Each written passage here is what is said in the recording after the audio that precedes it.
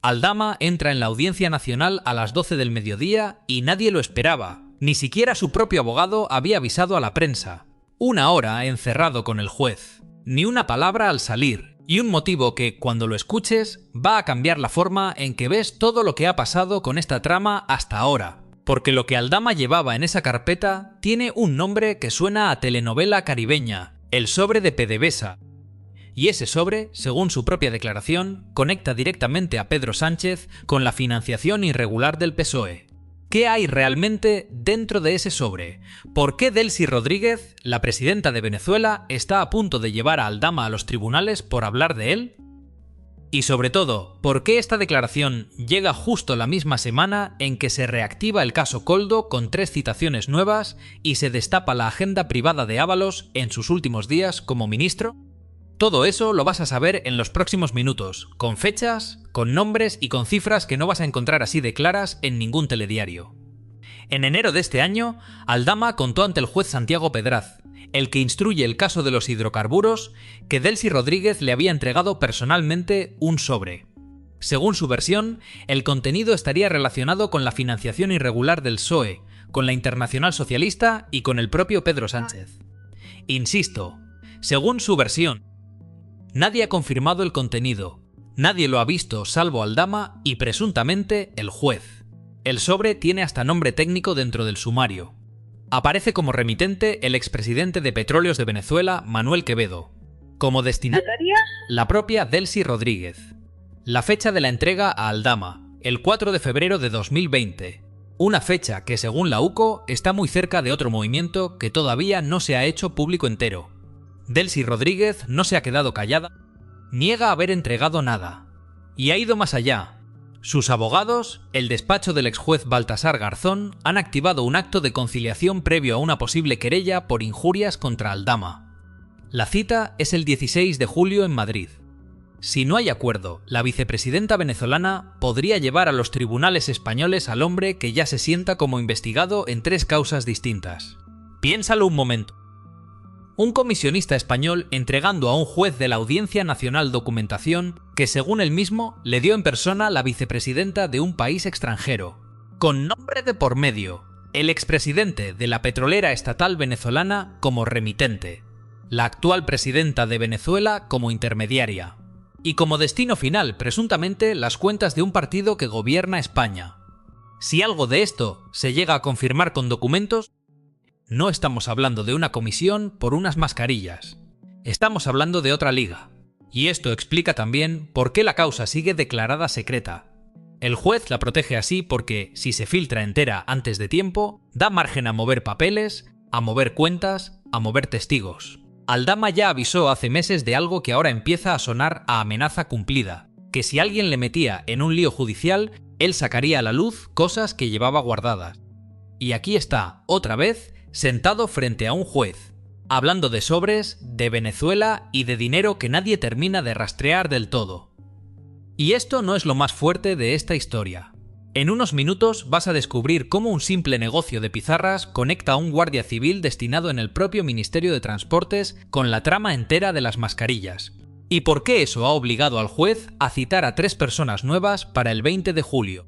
Si todavía no te has suscrito a este canal, este es el momento, porque aquí vas a encontrar cada semana el mapa completo de esta trama, con fechas y documentos, antes de que lo cuenten en ningún otro sitio. El mismo miércoles en que Aldama declaraba en secreto, a pocos metros de allí, otro capítulo del caso Koldo se reactivaba con una fuerza que no se veía desde hacía semanas. Un subteniente de la Guardia Civil, destinado en el complejo de nuevos ministerios donde tiene su sede el Ministerio de Transportes, compareció en el juicio contra José Luis Ábalos y dijo algo que quedó grabado en el sumario con letras grandes. Aldama tenía acceso permanente al ministerio. No una visita ocasional, no una reunión con cita previa, acceso permanente. La empresa detrás de todo esto se llama Soluciones de Gestión, la sociedad sobre la que pivota entera la trama de las mascarillas. El dueño en papel de esa empresa es Íñigo Rotaeche, pero la Unidad Central Operativa de la Guardia Civil sostiene algo distinto, que el verdadero propietario es Juan Carlos Cueto, dueño del grupo Cueto, y que Rotaeche solo puso la cara porque Cueto ya estaba siendo investigado en otro caso, el caso Defex, Rotaeche, ese mismo día, defendió a Koldo García como se defiende a un amigo de toda la vida. Lo llamó magnífica persona. Habló del negocio de pizarras que compartían hasta que el propio juez tuvo que interrumpirle porque no era el motivo de la comparecencia. Un guardia civil con destino fijo en el edificio del ministerio. Un negocio compartido con el hombre que gestionaba los contratos de mascarillas. Y una defensa cerrada, casi familiar, hacia Koldo en pleno interrogatorio judicial. Para Anticorrupción, esa vinculación conecta de forma directa el nivel más alto de la gestión de los contratos con una de las sociedades donde se invirtió parte de las comisiones. Cualquiera diría que hablamos de un vecino, no de una pieza dentro de una trama de comisiones millonarias. Pero eso no es todo. Rotaeche tampoco llega limpio a este verano. La Oficina Nacional de Investigación del Fraude, dependiente de la agencia tributaria, le ha imputado un delito fiscal nuevo, distinto al que ya arrastraba. Y aquí conviene ser preciso. Quien realmente controla soluciones de gestión, según sostiene la UCO, ni siquiera es él. Es Juan Carlos Cueto. Rotaeche puso la cara. Cueto puso el dinero, los contactos y, presuntamente, la estrategia para no aparecer en un registro mercantil que ya lo señalaba por otro caso, el caso Defex. Y aquí viene la parte que todavía no se ha explicado del todo. El juez Moreno ha citado para el 20 de julio a 3 personas que hasta ahora eran secundarias. Jéssica Rodríguez, expareja de Ábalos, Joseba García, hermano de Koldo, e Ignacio Zaldívar, exalto cargo de Adif. Los 3 fueron imputados hace poco por el mismo asunto, el presunto enchufe de Jéssica Rodríguez en 2 empresas públicas, Ineco y Traxatec. Para los investigadores, ella habría sido pieza clave en la gestión de los contratos, la persona que puso en contacto al empresario Cueto y al propio Aldama con los responsables de adjudicar el dinero. Un empleo público conseguido, según sostiene la investigación, gracias al hombre con el que compartía cama y no despacho. Pero lo que descubrirás en unos minutos es aún más impactante, porque esta semana también se ha destapado, con pelos y señales, qué hacía exactamente Ábalos en sus últimos días como ministro. El próximo viernes se cumplen 5 años justos desde que Pedro Sánchez le comunicó a Ábalos su salida del gobierno. 10 de julio de 2021, 10 de julio de 2026. 5 años redondos. Y una investigación periodística basada en los dispositivos que la UCO incautó a Koldo García ha reconstruido hora por hora esa última semana. Ábalos usó la residencia oficial. Aprovechó al menos un desplazamiento ministerial para encuentros personales. Koldo intentó frenar una de esas visitas y no lo consiguió. Solo pudo pedir discreción total sobre lo que viniera después porque temía que la otra parte hablara de más.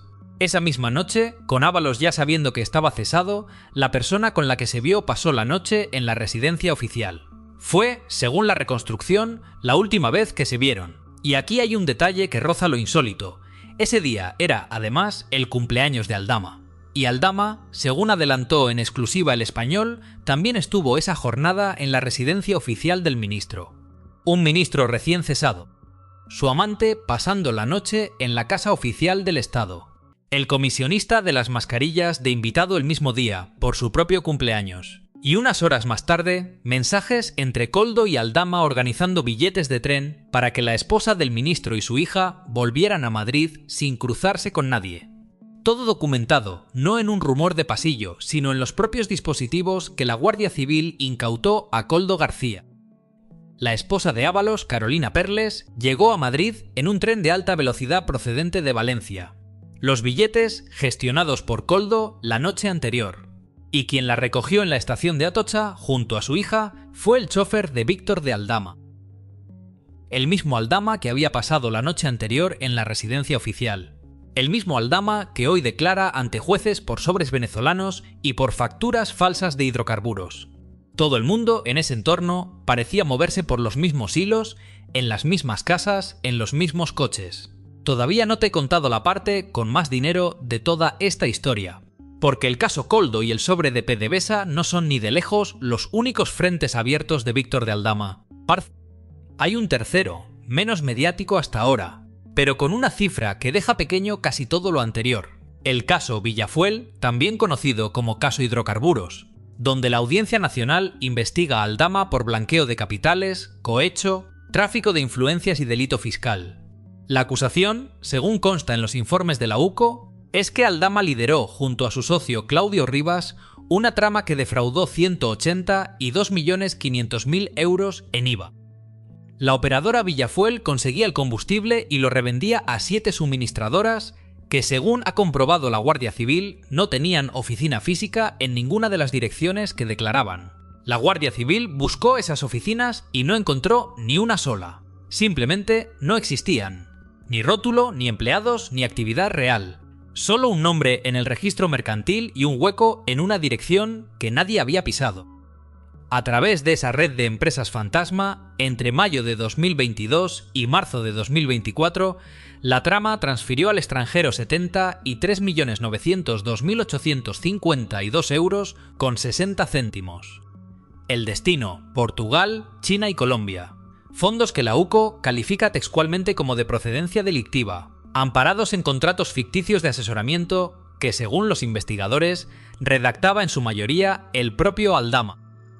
Y aquí aparece otra vez José Luis Ábalos, en un papel distinto al que ya conocíamos. Según la investigación, fue el propio Ábalos, cuando todavía era ministro, quien intermedió para que Villafuel consiguiera la licencia como operadora de hidrocarburos. La licencia que hizo posible todo el fraude posterior. Aldama, por su parte, cobró 180 y 1.500 euros en junio de 2021 y otros 110.916 euros con 66 céntimos en julio de ese mismo año. Y ya integrado del todo en la estructura, según la UCO, llegó a recibir 925.036 euros con 95 céntimos más. ¿Cuánto de ese dinero salió realmente de España sin dejar rastro? Esa es la pregunta que todavía no tiene respuesta cerrada, y es la que persigue el juez Pedraz en esta pieza separada. Para hacerte una idea del tamaño real de esta trama, sumando a las 7 suministradoras en toda la cadena comercial, Villafuel llegó a facturar 835.300.000 euros en solo 16 meses. 835 millones. En poco más de un año. La UCO llama a Aldama y a Rivas los ideólogos de toda la estructura. No los ejecutores, los ideólogos. La palabra pesa porque implica que no eran piezas sueltas siguiendo órdenes, sino los dos hombres que diseñaron cómo mover casi 74 millones de euros sin que saltara ninguna alarma durante casi 2 años. Justo cuando crees que ya lo sabes todo, ocurre algo que conecta absolutamente todos los hilos de esta historia. Aldama, mientras tanto, intenta salir lo más airoso posible de este frente colaborando en otro, el caso Leire. Ya declaró en marzo ante el propio juez Moreno sobre la presunta financiación ilegal del PSOE. Y esta semana, el jueves 9 de julio, fue su socio Claudio Rivas quien tuvo que sentarse como testigo ante el juez Santiago Pedraz dentro de la instrucción que investiga la actividad de Leire Díez para presuntamente obstaculizar investigaciones que afectan al PSOE o al entorno del gobierno. Esa semana judicial no ha parado. El viernes 10 de julio declaró la propia presidenta del PSOE, Cristina Narbona, después de que la UCO recuperase mensajes de julio de 2024 en los que Leire Díez hablaba de reconducir los ataques dirigidos contra Pedro Sánchez. El lunes 13 de julio está citado el primer abogado que tuvo Ábalos en todo este proceso. El martes 14 declara como investigada la abogada Leticia de la Hoz, y no ha sido solo Narbona esta semana. Días antes ya habían declarado como testigos Patricia Isabel Espinar Pérez y un comandante de la Guardia Civil, Rubén Villalba, que además figura como imputado dentro del propio caso Koldo.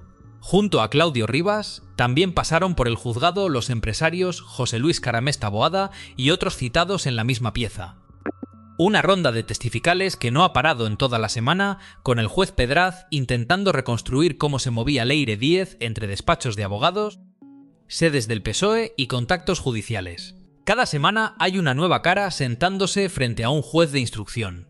Cada semana aparece un nombre que hasta ahora era secundario y que de repente pasa a primera fila. Y en el centro de casi todos los caminos, una y otra vez, el mismo apellido, Aldama. Ahora sí puedes entender por qué esta semana ha sido distinta a las demás. Los 3 protagonistas originales del caso Mascarillas ya conocen su condena firme del Tribunal Supremo. José Luis Ábalos, 24 años de prisión. Koldo García, 19 años. Víctor de Aldama, 4 años, pero suspendidos gracias a su colaboración con la justicia. Y aquí está la parte que más indigna a cualquiera que siga este caso desde el principio. Aldama, pese a la condena, no tendrá que devolver los 3.700.000 euros que recibió en comisiones. Colaboró, y esa colaboración tiene premio. Mientras Ábalos y Koldo empiezan a asumir el peso de una condena de décadas, Aldama sigue libre, sigue declarando, sigue apareciendo por sorpresa en los juzgados y sigue, según todos los indicios, sabiendo más de lo que ha contado hasta ahora. La sentencia del caso Mascarillas cerró un capítulo, pero esta semana ha dejado claro que el libro entero está lejos de terminar. Un sobrevenezolano que nadie ha visto, 3 citaciones nuevas para el 20 de julio, 835 millones moviéndose por una operadora fantasma y una agenda privada de despedida ministerial reconstruida con mensajes reales, con fecha y con hora.